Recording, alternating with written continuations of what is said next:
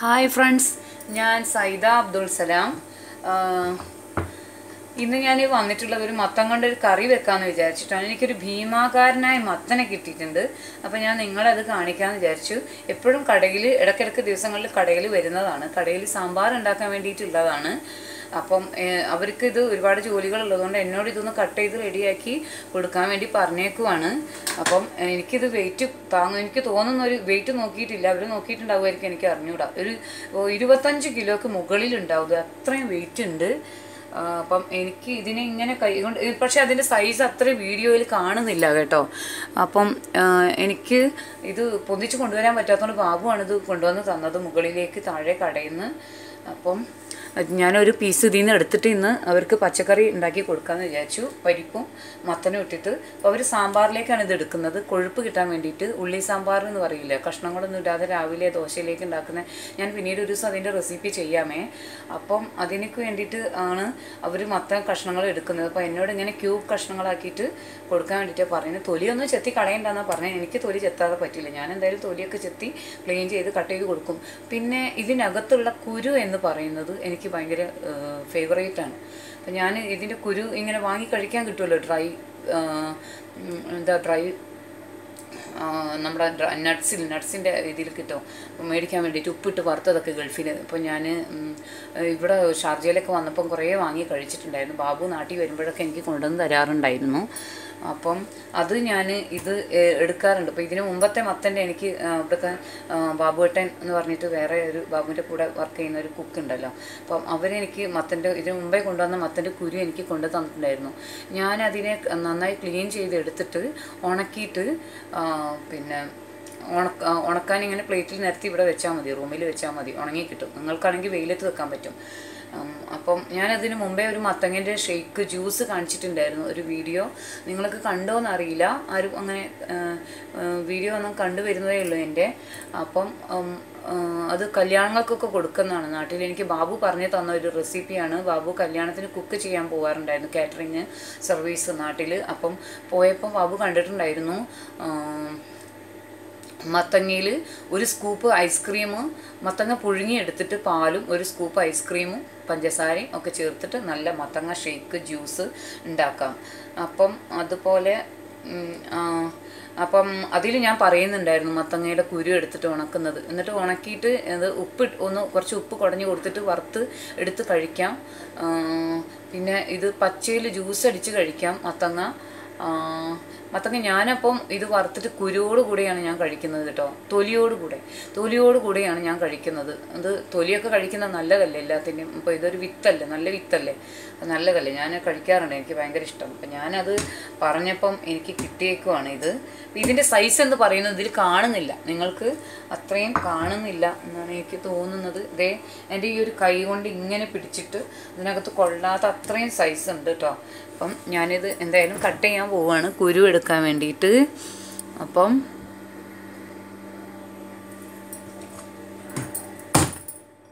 എനിക്കിത് കട്ട് ചെയ്യാനൊക്കെ ഭയങ്കര ബുദ്ധിമുട്ടാണ് കേട്ടോ. ഇതൊന്നും ആവണില്ല, ഇതിനെ വെട്ടിയിട്ട് ഏൽക്കണില്ല, വെറുതെ അല്ല എനിക്കിത് തന്നത് തോന്നുന്നുണ്ട്. എനിക്ക് പണിയായി, നാട്ടിലെ കത്തി ഇല്ല. ഇതിങ്ങനെ വെട്ടി ഞാൻ എന്തോ ചെയ്യുമാവോ. അപ്പോൾ ഇന്ന് ഞാൻ മത്തങ്ങയും പരിപ്പും വെച്ചിട്ട് ഒരു കറി അവർക്ക് വെച്ച് കൊടുക്കാമെന്ന് വിചാരിച്ചു.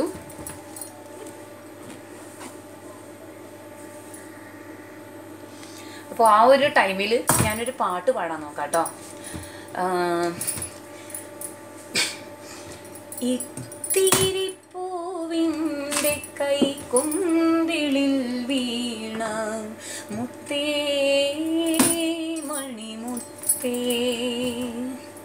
ചിപ്പിയുടഞ്ഞെൻ്റെ കൈ കുമ്പിളിൽ വീണ മുത്തേ മണിമുത്തേ,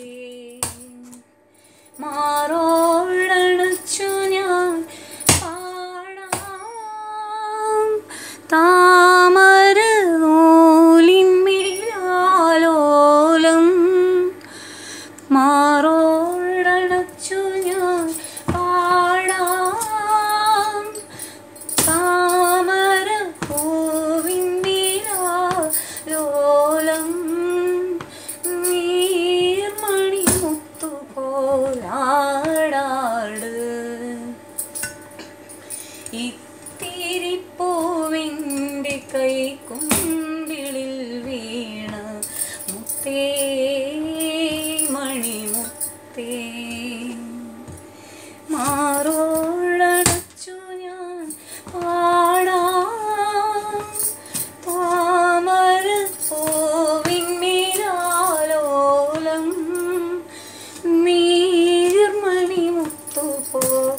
ആടാട് ചിപ്പിയുടഞ്ഞെൻ്റെ കൈക്കുമ്പിളിൽ വീണ മുത്തേ മണിമുത്തേ ചിപ്പിയുടഞ്ഞെൻ്റെ കൈക്കുമ്പിളിൽ വീണ മുത്തേ മണിമുത്തേ.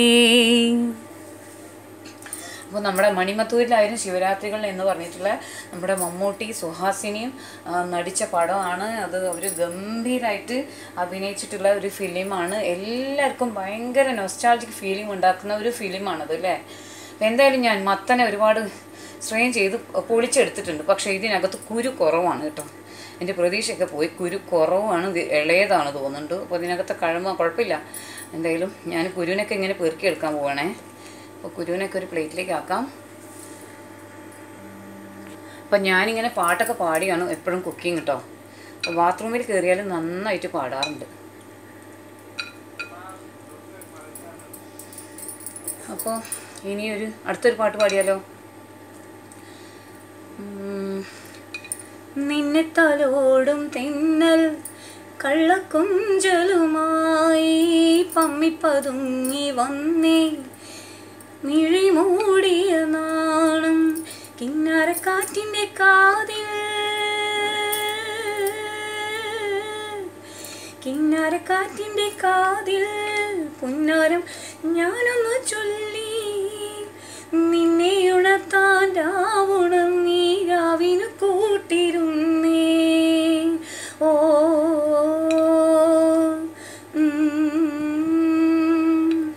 പാതിരവായി നേരം പനി നീർ കുളിരം വിളീന്ന് എൻ്റെ മനസ്സിൻ്റെ മച്ചുമേലെന്തിനുറങ്ങാതൊരുകുന്നു ഞാൻ.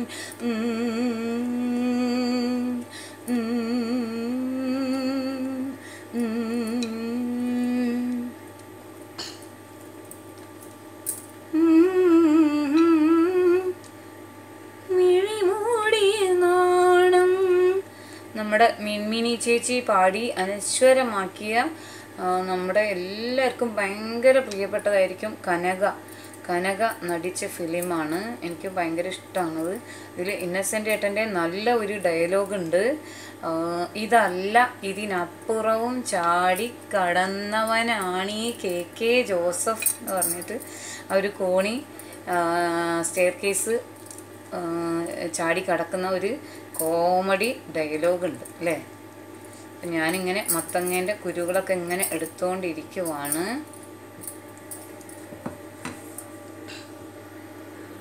ഇത് അത്രയും മത്തനെ ഇങ്ങനെയൊക്കെ ഞാൻ കഷ്ടപ്പെട്ട് കട്ട് ചെയ്തുകൊണ്ടിരിക്കുവാണ്. അപ്പം ഇത്രയും വലിയൊരു മത്തൻ്റെ ഇത്രയും കുരുവുള്ളൂ. എന്നാലും ഞാനതിനെ ഇങ്ങനെ എടുത്തു വെച്ചിട്ടുണ്ട്. ഇനി കഴുകിയിട്ട് ഇതുപോലെ ഇങ്ങനെ ഉണക്കാൻ വെക്കുകയാണ് ചെയ്യുന്നത്. കഴുകി വാർത്ത ശേഷം ഇങ്ങനെ ഉണങ്ങി ഒരു 1-2 ദിവസം കഴിഞ്ഞാൽ ഉണങ്ങിയിട്ടുണ്ടാവും. ഇത് ഇങ്ങനെ തന്നെ ജ്യൂസ് അടിച്ചിട്ട് ചെയ്യാം. ഞാനത് പിന്നെ കാണിക്കാം. ഞാനെന്തായാലും ഇങ്ങനെ തൊലിയൊക്കെ കട്ട് ചെയ്ത് കളയുന്നുണ്ട്. ഇത് വലിയ കട്ടിയുള്ള തൊലിയല്ല. അതുകൊണ്ട് ഇപ്പോൾ ഇതിന് മുമ്പ് ഒരു ദിവസം മത്തൻ്റെ കഷ്ണം സാമ്പാർ വെക്കാൻ വേണ്ടി കൊണ്ടുവന്നിട്ടുണ്ടായിരുന്നു. ഭയങ്കര കട്ടിയായിരുന്നു തൊലി. ഇത് അത്രയും കട്ടി എനിക്ക് തോന്നുന്നില്ല. അപ്പം തൊലി കട്ടിയില്ല എന്നുണ്ടെങ്കിൽ തൊലി ഒന്നും എടുക്കണ്ടെന്ന് അവരെന്നോട് പറഞ്ഞിട്ടുണ്ടായിരുന്നു. പക്ഷേ ഞാൻ ആദ്യമായിട്ട് കാണാൻ കേട്ടോ. ഞാൻ എൻ്റെ വീട്ടിലൊക്കെ തൊലി എടുത്തിട്ട് തന്നെ ഞാൻ ചെയ്യുന്നത് കണ്ടിട്ടുള്ളത്. പക്ഷേ ഞാൻ ആദ്യമായിട്ട് കാണുമായിരുന്നു. ബാബുവിൻ്റെ വീട്ടിൽ തൊലി എടുക്കാതെ തൊലിയോട് കൂടെയാണ് ഉണ്ട കഷ്ണങ്ങളാക്കിയിട്ട് നമ്മൾ പയറിട്ട് ഉടച്ച് വെക്കൂലേ, പുഴുക്കുണ്ടാക്കൂലേ, മത്തനും പയറും. അപ്പം അതിൽ ചെയ്യുക. അവർ തൊലി കളയാതെയാണ് ഇങ്ങനെ ഉണ്ട കഷ്ണങ്ങളാക്കി കട്ട് ചെയ്തിരുന്നത്.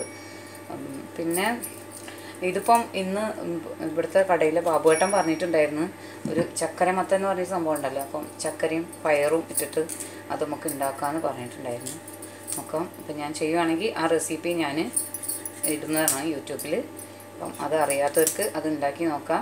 ഇപ്പം ഞാനൊരു പച്ചക്കറിയാണ് ചെയ്യാൻ പോണത്. ഒരു കറിയാണ്, മത്തനും പരിപ്പും കൂടെ ചേർത്തിട്ട് ഒരു കറിയാണ്. കടയിലെ ജോലി ചെയ്യുന്ന പയ്യന്മാർക്കും ഉച്ചക്കത്തെ ചോറിന് കൂട്ടാനായിട്ട്. ഞാനിങ്ങനെ തൊലി കട്ട് ചെയ്തുകൊണ്ടിരിക്കുവാണ്. അപ്പം ഞാനൊരു പാത്രം എടുത്തിട്ടുണ്ട്, ഒരു കടായി. അപ്പം ഇതൊരു നമ്മുടെ കറിയൊക്കെ കൊടുക്കുന്ന കടയിൽ കറിയൊക്കെ കൊടുക്കുന്ന ഒരു ഒരു ഡിസ്പോസിബിൾ കപ്പാണ്, ഇത് ഒരു പാത്രമാണ്. അപ്പം ഇതിനകത്ത് ഒരു പാത്രം ഞാൻ എടുത്തിട്ടുണ്ട്. ഒരു 100-200 ഗ്രാമൊക്കെ ഉണ്ടാവും. പരിപ്പ്, ചുവന്ന പരിപ്പാണ് എടുത്തിട്ടുള്ളത്. പെട്ടെന്ന് വേവും ആ പരിപ്പായതുകൊണ്ട് പെട്ടെന്ന് വെന്ത് കിട്ടും. അപ്പോൾ ഇതിലേക്ക് നമുക്കിനി തക്കാളി, പച്ചമുളക്, മഞ്ഞൾപ്പൊടി, ഉപ്പും കൂടി ചേർത്തെടുക്കാം. ഒന്ന് വെന്ത് വരുമ്പോൾ നമുക്ക് മത്തൻ കഷ്ണങ്ങൾ ഇടാം. എന്തായാലും ഇത് വെന്ത് വരുമ്പോഴേക്ക് ചിലപ്പോൾ മത്തൻ അങ്ങനെ ഉടഞ്ഞു പോകും, മത്തനാകെ. ഞാൻ മത്തനൊക്കെ ഇങ്ങനെ ക്യൂബ് കഷ്ണങ്ങളാക്കിയിട്ട് ഇങ്ങനെ ഉരുളൻ കഷ്ണങ്ങളാക്കിയിട്ട് ഞാൻ എടുത്തിട്ടുണ്ട്. മത്ത കഷ്ണങ്ങളൊക്കെ നമുക്ക് ഇത് ഇങ്ങനെ വെന്ത് വരുമ്പോൾ നമുക്ക് മത്ത കഷ്ണങ്ങൾ ചേർത്ത് കൊടുക്കാം. ഞാൻ ഈ ഒരു സൈസ് 2 തക്കാളി എടുത്തിട്ടുണ്ട്. ഇതിൽ സൈസൊക്കെ ചെറുതായിട്ടാണ് കാണുന്നത് കേട്ടോ. മത്തങ്ങ ആണെങ്കിലും തക്കാളി ആണെങ്കിലും ഒക്കെ ഇത് നേരിട്ട് കാണാൻ വേണ്ടിയിട്ട് നല്ല സൈസ് ഉണ്ട്. അപ്പം ഈ ഒരു സൈസ് 2 തക്കാളി ഞാൻ നുറുക്കിയിട്ട് ഇതിലേക്ക് ഇടുകയാണ്. ഞാൻ പരിപ്പ് നന്നായിട്ടൊന്ന് കഴുകി എടുത്തിട്ടുണ്ട്. 2 തക്കാളി ഇങ്ങനെ കഷ്ണം മുറിച്ചിട്ടിട്ടുണ്ട്. ഇതൊരു 10-12 പച്ചമുളക് ഉണ്ട്. എനിക്ക് എരി നല്ല ഇഷ്ടമാണ്. പച്ചക്കറിയാണ്, നമ്മൾ മുളക് പൊടിയൊന്നും ചേർക്കുന്നില്ല. ഞാൻ എരിക്ക് വേണ്ടിയിട്ട് ചേർക്കുകയാണ്. ഇത് വലിയ എരിയൊന്നും ഉണ്ടാവില്ല. അപ്പോൾ നിങ്ങളുടെ എരിക്കനുസരിച്ച് നിങ്ങൾ എരി ചേർക്കുക. ഇനി ഞാൻ ഇതിലേക്ക് ആവശ്യമായിട്ടുള്ള ഉപ്പിടുവാണ്. ഞാനൊരു തിളച്ച് കഴിഞ്ഞിട്ടൊക്കെ ആയിരിക്കും ചിലർ ഉപ്പിടുക. ഞാനിങ്ങനെ ഇടാറുണ്ട്. 2 സ്പൂണ് ഫുള്ള് ഇടുന്നുണ്ട്. ഇതിൻ്റെ ഉപ്പ് രസം കുറവാണ്, ഞാൻ പറഞ്ഞിട്ടുണ്ട്. അപ്പം കൂടുതൽ കറിയാണ് ഞാൻ വെക്കുന്നത്. അപ്പം ഇനി മൊത്തത്തിലുള്ള ഇനി ലാസ്റ്റ് തേങ്ങ അരച്ച് കഴിഞ്ഞിട്ട് നമുക്ക് ഉപ്പ് നോക്കിയിട്ട് അപ്പം അതിനനുസരിച്ച് ചേർക്കാം. അപ്പം ഞാൻ ഇത് മുങ്ങുന്ന വിധത്തിൽ വെള്ളം ഒഴിക്കുന്നുണ്ട്. ഇനി ഇതിനെ അടച്ച് വെച്ച് നന്നായിട്ടൊന്ന് വേവിച്ചെടുക്കാം. ഞാനൊരു ഇച്ചിരി മഞ്ഞൾപ്പൊടി കൂടി ചേർക്കുന്നുണ്ട്. ഒരു 1/4 സ്പൂണോളം മഞ്ഞൾപ്പൊടി ചേർക്കുന്നുണ്ട്. ബാക്കി നമുക്ക് തേങ്ങയിൽ ചേർത്ത് കൊടുക്കാം. ഒരു 1/4 ടീസ്പൂണോളം മഞ്ഞൾപ്പൊടി തേങ്ങയിൽ ചേർക്കാം. അപ്പം നമ്മൾ ചുവന്ന പരിപ്പിട്ടു. പരിപ്പ് നന്നായി കഴുകിയിട്ടിട്ടു. ചുവന്ന പരിപ്പിനെ ഇതാണ് തോന്നുന്നു തുവരപ്പരിപ്പ്, സാമ്പാർ പരിപ്പ്, മൈസൂർ പരിപ്പ് എന്നൊക്കെ പറയില്ലേ, ഇതിനെ തന്നെയല്ലേ അങ്ങനെ പറയുന്നത്. അപ്പം തക്കാളി കഷ്ണങ്ങൾ 2 വലിയ തക്കാളി ഇട്ട് ഒരു 10-11 ചെറിയ നീണ്ട മുളകുകളാണ്. പിന്നെ ഒരു 1/4 ടീസ്പൂണ് മഞ്ഞൾപ്പൊടി ഉണ്ട്. ഉപ്പ് 2 സ്പൂണ് നിറയെ ഉപ്പ് ഇട്ടിട്ടുണ്ട്. അപ്പം ഇനി ഇതൊന്ന് ഇളക്കി കൊടുത്തിട്ട് നമുക്ക് അടച്ച് വെച്ച് നന്നായിട്ട് വേവിക്കാം. ഇതേ കറി നന്നായി തിളച്ചുകൊണ്ടിരിക്കുന്നുണ്ട്. ആവിയൊക്കെ ഇങ്ങനെ വരുന്നുണ്ട്. അത് വെന്ത് വരുമ്പോഴേക്കും നമുക്ക് ആ കറിക്കുള്ള അരപ്പ് തയ്യാറാക്കാം. അപ്പം ഞാനൊരു മിക്സി ജാറ് നിറയെ തേങ്ങ എടുത്തിട്ടുണ്ട്. അപ്പം ഇനി അതിലേക്കൊരു 3-4-5 ഉള്ളി, ഇങ്ങനെ ചെറിയ ഉള്ളി ചെറുതാക്കി നുറുക്കിയിടാം. പിന്നെ നമുക്കതിലേക്ക് മഞ്ഞൾപ്പൊടി വേണം, നല്ല ജീരകം, ചെറിയ ജീരകം വേണം. അപ്പം ഞാൻ ആ ഒരു ഉള്ളി കട്ട് ചെയ്തിട്ടിട്ടുണ്ട്. ഒരു 1/4 ടീസ്പൂൺ മഞ്ഞൾപ്പൊടി ഇട്ടു. ഒരു 1/2 ടീസ്പൂണോളം നല്ല ജീരകം, ചെറിയ ജീരകമാണ് ഇത്. പെരുംജീരകം ഇടാം കേട്ടോ. ഞാനിതിന് മുമ്പേ ഒരു വീഡിയോ ചെയ്തപ്പം പച്ചക്കറി ഒരു മിക്സ്ഡ് പച്ചക്കറീൻ്റെ ഒരു കറീൻ്റെ ഒരു വീഡിയോ ചെയ്തിട്ടുണ്ടായിരുന്നു. അപ്പോൾ അത് കണ്ടപ്പോൾ എന്നോട് എൻ്റെ ഒരു ഫ്രണ്ട് ചോദിച്ചു, നീ എന്താ അതിൽ പെരുംജീരകമാണ് ഞാൻ ഇട്ടത്, വലിയ ജീരകം, ചെറിയ ജീരകമല്ല ഇട്ടത്. അപ്പം ഒട്ടുമിക്ക ആളുകളും, എനിക്ക് തോന്നുന്നു ഫുൾ ആളുകളും ചെറിയ ജീരകം വെച്ചാണ് പച്ചക്കറി ഉണ്ടാക്കുന്നത്. എനിക്ക് അറിഞ്ഞുകൂടാ എന്താണ്. എൻ്റെ ഉമ്മ നല്ല കുക്കാണ്. ഉമ്മാൻ്റെ അടുത്താണ് ഞാൻ ഇങ്ങനത്തെ കാര്യങ്ങളൊക്കെ പഠിച്ചത്. അപ്പം ഉമ്മ ഞങ്ങളെ വീട്ടിലുണ്ടാക്കുന്നത് പെരുംജീരകം ഇട്ടിട്ടാണ് ഉമ്മ പച്ചക്കറി ഉണ്ടാക്കിയിട്ടുണ്ടായിരുന്നത്. അപ്പോൾ എനിക്ക് നല്ല ജീരകമാണ് അതിൽ ചേർക്കുക എന്നുള്ള. മോര് കറിയിൽ തേങ്ങ ഒതുക്കുന്നതിലും മത്തനൊക്കെ പയറുണ്ടാക്കിയിട്ട് തേങ്ങ നമ്മൾ പുഴുക്കുണ്ടാക്കില്ല. അപ്പം അങ്ങനത്തെ കൂട്ടാനുകളിൽ തേങ്ങ ഒതുക്കുന്നതിലും പുളിക്കറികളിലും, പുളിഞ്ചാറ് എന്ന് പറയില്ല, പുളിങ്കറി, മോര് കറി, അതിലൊക്കെ നല്ല ജീരകം ചേർക്കാറുണ്ടായിരുന്നുള്ളൂ ഉമ്മ പെരുംജീരകമാണ് സാധാരണ പച്ചക്കറികളിൽ ചേർത്തിട്ടുണ്ടായിരുന്നത്. അപ്പോൾ അത് കണ്ട് അങ്ങനെ വളർന്നതാണ്. ശരിക്കും ഞാൻ BP അങ്ങാടി വന്നിട്ടാണ് പിന്നെ ഇതിൽ ചെറിയ ജീരകം ഇങ്ങനെ ചേർക്കുമെന്നുള്ളത് അറിഞ്ഞ് പിന്നെ അതൊരു ഡിസ്കഷനായി. ഇതിനെക്കുറിച്ച് ഞാൻ മനസ്സിലാക്കുന്നത് എല്ലാവരും ചെറിയ ജീരകമാണ് ചേർക്കുന്നത്. എന്തായാലും ഞാൻ നിങ്ങൾക്ക് വേണ്ടിയിട്ട് ചെറിയ ജീരകമാണ് ഇതിൽ ചേർത്തിട്ടുള്ളത്. പെരുംജീരകം ചേർക്കാം, ഒരു കുഴപ്പമില്ല, പ്രത്യേകിച്ച് ഒരു ടേസ്റ്റ് വ്യത്യാസമൊന്നുമില്ല. അപ്പം അങ്ങനെ ചേർത്തിട്ട് ഒന്ന് ചെയ്ത് നോക്കാം എല്ലാവരും. ഞാനിപ്പോൾ എന്തായാലും നിങ്ങൾക്ക് വേണ്ടിയിട്ട് ചെറിയ ജീരകം തന്നെയാണ് ചേർത്തിട്ടുള്ളത്. ഇനി ആവശ്യത്തിന് വെള്ളം ഒഴിച്ചിട്ട് നമുക്കിത് നന്നായിട്ട് അരച്ചെടുക്കാം. എപ്പോഴും മിക്സിയിൽ വെള്ളം കൂടുതൽ ഇടാൻ പാടില്ല. ഒരു ഇതിനോട് ചേർന്നപ്പോൾ നന്നായിട്ട് അരഞ്ഞ് കിട്ടുള്ളൂ. അപ്പോഴാണ് നമുക്കിത് നന്നായിട്ട് അരഞ്ഞ് കിട്ടുള്ളൂ. കൂടുതൽ കുറേ വെള്ളം വെക്കാൻ പാടില്ല. ഓക്കെ, നമുക്കിത് നന്നായിട്ട് അരച്ചെടുക്കാം. നമ്മുടെ അരപ്പൊക്കെ കഴിഞ്ഞിട്ടുണ്ട്. ഇത് ഞാനൊരു 3/4 ഭാഗം ഇട്ടിട്ടുണ്ടായിരുന്നുള്ളൂ. ഇതേ അരച്ച് കഴിഞ്ഞപ്പോഴേക്കും ഇങ്ങനെയാണ് ഇരിക്കുന്നത്, നിറഞ്ഞ് തുളുമ്പിയിട്ടുണ്ട്. ഇത് ഡെസിക്കേറ്റഡ് കോക്കനട്ട് ആയിരുന്നു. തേങ്ങൻ്റെ പൊടിയാണ്, ഉണക്കിയ തേങ്ങൻ്റെ പൊടിയാണ്. ഇവിടെ തേങ്ങ കുറച്ച് ക്യാഷ് കൂടുതലാണല്ലോ, നാട്ടിൽ കിട്ടുന്ന പോലെ കിട്ടില്ല. അപ്പം അത് വെച്ചാണ് ഇങ്ങനത്തെ കറികൾ ഇതൊക്കെ ഉണ്ടാക്കുന്നത്. ഒരുപാട് ഉണ്ടാക്കുന്നതുകൊണ്ട് ഇപ്പം അത്യാവശ്യ കാര്യങ്ങൾക്ക് തേങ്ങ, പുട്ട് അങ്ങനത്തെ സംഭവങ്ങൾക്കൊക്കെ തേങ്ങ തന്നെ ചേർക്കും. പായസം, തേങ്ങ പാലെടുക്കാനുള്ള അങ്ങനത്തെ കാര്യങ്ങൾക്കൊക്കെ. അപ്പം അരപ്പ് നന്നായിട്ട് അരഞ്ഞ് റെഡി ആയിട്ടുണ്ട്. അപ്പം മത്തങ്ങ കറി ഇങ്ങനെ വെന്തുകൊണ്ടിരിക്കുകയാണ്. മത്തങ്ങയല്ല, പരിപ്പാണ് വെച്ചിട്ടുള്ളത്. അപ്പം നമുക്ക് നോക്കാം. അപ്പോൾ തക്കാളിയൊക്കെ നന്നായിട്ട് വെന്തിട്ടുണ്ട്. പരിപ്പൊരു 1/4 വേവായിട്ടുണ്ട്. അപ്പം ഇനി ഇതിലേക്ക് നമുക്ക് മത്തങ്ങ ഇട്ട് കൊടുക്കാം. അപ്പം മത്തങ്ങ വെന്ത് വരുമ്പോഴേക്ക് പരിപ്പ് ബാക്കി വെന്തോളും. മത്തങ്ങ കഷ്ണങ്ങൾ ഇടാം. മത്തങ്ങ കഷ്ണങ്ങൾ നമ്മൾ ഇടുമ്പോൾ തന്നെ കുറച്ചുകൂടി വെള്ളം ഒഴിച്ച് കൊടുക്കാം. വെള്ളം ഇതിൽ കുറവാണ്. ഇത്രയുണ്ട് കഷ്ണങ്ങൾ. അപ്പം നമുക്കിതൊന്ന് മുങ്ങുന്നത്രയും വെള്ളം, കുറച്ചുകൂടെ വെള്ളം ഒഴിച്ച് കൊടുക്കാം. എന്നിട്ടൊന്ന് മിക്സ് ചെയ്ത് കൊടുക്കാം. അപ്പോൾ ഇനി പരിപ്പിൻ്റെ ബാക്കിയുള്ള വേവും ഒക്കെ കൂടി റെഡി ആയിക്കോളും. 1-2 തിള വന്നാൽ തന്നെ ഈ മത്തൻ വെന്തുടയും. എന്നിട്ട് നമുക്ക് അരപ്പ് ചേർത്ത് കൊടുക്കാം. നമുക്കതുവരെ വെയിറ്റ് ചെയ്യാം. അപ്പോൾ എൻ്റെ ചാനൽ സെയ്താസ് വേൾഡ് സബ്സ്ക്രൈബ് ചെയ്യാത്തവർ എത്രയും പെട്ടെന്ന് സബ്സ്ക്രൈബ് ചെയ്യണമെന്ന് വിനീതമായി അപേക്ഷിക്കുന്നു. അപ്പോൾ സബ്സ്ക്രൈബ് ചെയ്ത് കഴിയുമ്പം ചെയ്തവരും അതിന് തൊട്ടടുത്ത് തന്നെ ഒരു ബെൽ ഐക്കൺ ഉണ്ടാവും. അപ്പം ഒരു ബെല്ലിൻ്റെ സിമ്പൽ അതുകൂടി ക്ലിക്ക് ചെയ്ത് കഴിഞ്ഞാൽ ഞാൻ ഇടുന്ന ഓരോ വീഡിയോസും അപ്പോൾ തന്നെ നോട്ടിഫിക്കേഷനായിട്ട് നിങ്ങൾക്ക് കിട്ടും. എല്ലാം കാണാൻ കഴിയുന്നതുമാണ്. അപ്പം എൻ്റെ സെയ്താസ് വേൾഡ് സബ്സ്ക്രൈബ് ചെയ്യാത്ത എല്ലാവരും സബ്സ്ക്രൈബ് ചെയ്യണേ. അപ്പം നമ്മുടെ മത്ത കഷ്ണങ്ങളൊക്കെ വെന്തോന്ന് ഞാൻ നോക്കി, നന്നായി വെന്തിട്ടുണ്ട്. അപ്പോൾ നമുക്കിനി ഇതിലേക്ക് അരപ്പ് ചേർത്ത് കൊടുക്കാം. പാത്രമൊക്കെ കഴുകി ഒന്ന് ഒഴിക്കാം. ഏത് പച്ചക്കറിയാണെങ്കിലും ചിലർ ഇച്ചിരി മുളക് പൊടി ചേർക്കാറുണ്ട്. ഞാനത് ചേർക്കാറില്ല. ചേർക്കുന്നവർക്ക് ചേർക്കാൻ, എനിക്ക് അതിനോട് യോജിപ്പില്ല. എനിക്കിത് ഇങ്ങനെ ഈ കളറിൽ, ഈ ഭംഗിയിൽ കാണണം പച്ചക്കറി എന്ന് പറഞ്ഞാൽ. ഈ ഒരു മഞ്ഞൾ മാത്രമാണ് ചേർത്തിട്ടുള്ളത്. അപ്പോൾ ഇനി ഇതിങ്ങനെ കട്ടി കൂടി വരും. ഇച്ചിരി കൂടി വെള്ളം ചേർക്കട്ടെ. ഉപ്പ് നോക്കിയിട്ട് ഉപ്പ് ചേർക്കാം. അപ്പോൾ പരിപ്പൊക്കെ ആയിട്ട് കറി നല്ല തിക്കാണ്. അപ്പോൾ ഇത് ഇച്ചിരി കൂടി വെള്ളം, ഞാൻ മിക്സിയുടെ ജാറ് കഴുകിയിട്ട് ഒരു ഇച്ചിരി കൂടി വെള്ളം ചേർത്തു. ഇനി ഇത് തിളച്ച് വരുമ്പം കുറുകി ഇങ്ങനെ വരും. അപ്പോൾ ഇനി ഉപ്പ് ഇച്ചിരി കുറവാണ്. ഞാനൊരു സ്പൂണോളം ഉപ്പ് ഇനിയും ഇടുന്നുണ്ട്. ഇനി ഒന്ന് ഇളക്കി കൊടുക്കാം. ഈ കളറിൽ പച്ചക്കറി കറി കാണുമ്പോൾ അതല്ലേ ഒരു ഭംഗി. മുളക് പൊടി ഇട്ട് കഴിഞ്ഞാൽ ഒരു ചുവന്ന കളറും കൂടി ഉണ്ടാവും. അതിനാണ് ഞാൻ എരിവിനൊരു 10-12 പച്ചമുളക് ഞാൻ ചേർത്ത് കൊടുത്തിട്ടുണ്ട്. ഈ കഷ്ണങ്ങൾ ഇങ്ങനെ തന്നെ കാണുക വേണം. എന്നാൽ നന്നായി വെന്തിട്ടുണ്ട്. ഏറ്റവും സിമ്പിളാണ് ഈ കറി ഉണ്ടാക്കാൻ. ഞാൻ കുറേ വർത്താനം പറഞ്ഞുകൊണ്ടാണ് ഇത്രയും ടൈമായത്. അപ്പോൾ എന്തായാലും എല്ലാവർക്കും അറിയുണ്ടാവും പച്ചക്കറിയൊക്കെ ഉണ്ടാക്കാൻ, ഇങ്ങനെ കഷ്ണങ്ങൾ കറിയൊക്കെ ഉണ്ടാക്കാൻ അറിയാത്ത ആളുകളുണ്ടാവും. പുതുതായി പഠിച്ചു വരുന്ന നമ്മുടെ ന്യൂജൻ പിള്ളേരുണ്ടാവും. അപ്പോൾ അവർക്കൊക്കെ വേണ്ടിയിട്ട് കൂടെയാണ് ഈ റെസിപ്പി ചെയ്യുന്നത്. ഇത് പിന്നെ ഇങ്ങനെ തിള വരുന്നുണ്ട്. അപ്പം ഇത് പുളിയൊഴിക്കാത്ത ഒരു പച്ചക്കറി ആയതുകൊണ്ടും കൂടുതൽ തിളയ്ക്കാൻ പാടില്ല. അപ്പോൾ ഇതിങ്ങനെ പാല് പിരിഞ്ഞ് പോകണ പോലെ നമ്മൾ കറി ഇങ്ങനെ പിരിഞ്ഞു പോകുമെന്ന് പറയും അല്ലേ.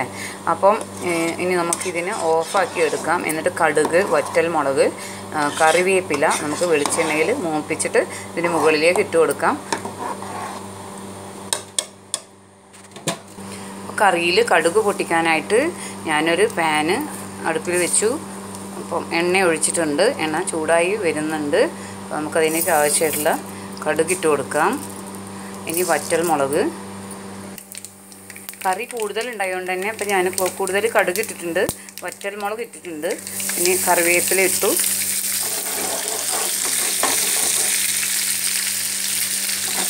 ഇതിങ്ങനെ കറിയുടെ മുകളിൽ കിടക്കുന്നതാണ് നല്ല ഭംഗിയാലേ. കളർഫുള്ളും ആവും, ടേസ്റ്റുമാണ്. ഈ എണ്ണയൊക്കെ നമ്മൾ ചെന്നാലല്ലേ കറീൻ്റെ ഒരു കൂടുതൽ പച്ചച്ചുവയൊക്കെ മാറി കിട്ടിയിട്ടൊരു എണ്ണയൊക്കെ ഉള്ള ഒരു പ്രത്യേക സ്പെഷ്യൽ ടേസ്റ്റ് വരുന്നത്.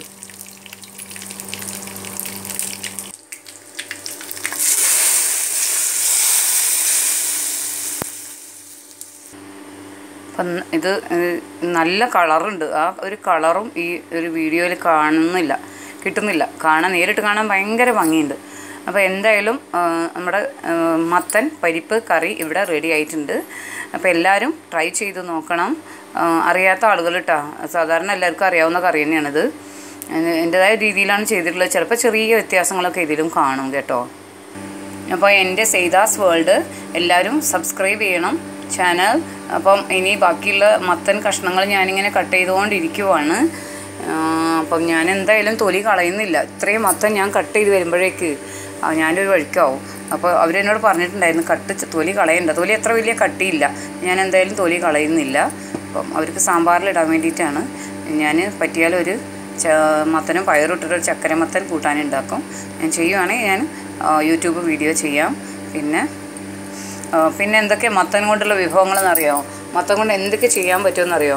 മത്തൻ കൊണ്ട് ജ്യൂസ് ഉണ്ടാക്കാം. ഞാൻ പറഞ്ഞു നിങ്ങൾക്ക് മത്തങ്ങ ജ്യൂസ് സെയ്താസ് വേൾഡ് അടിച്ചു നോക്കിയാൽ കിട്ടും. മത്തങ്ങ ജ്യൂസ് ഉണ്ട് ഞാൻ ചെയ്തേ.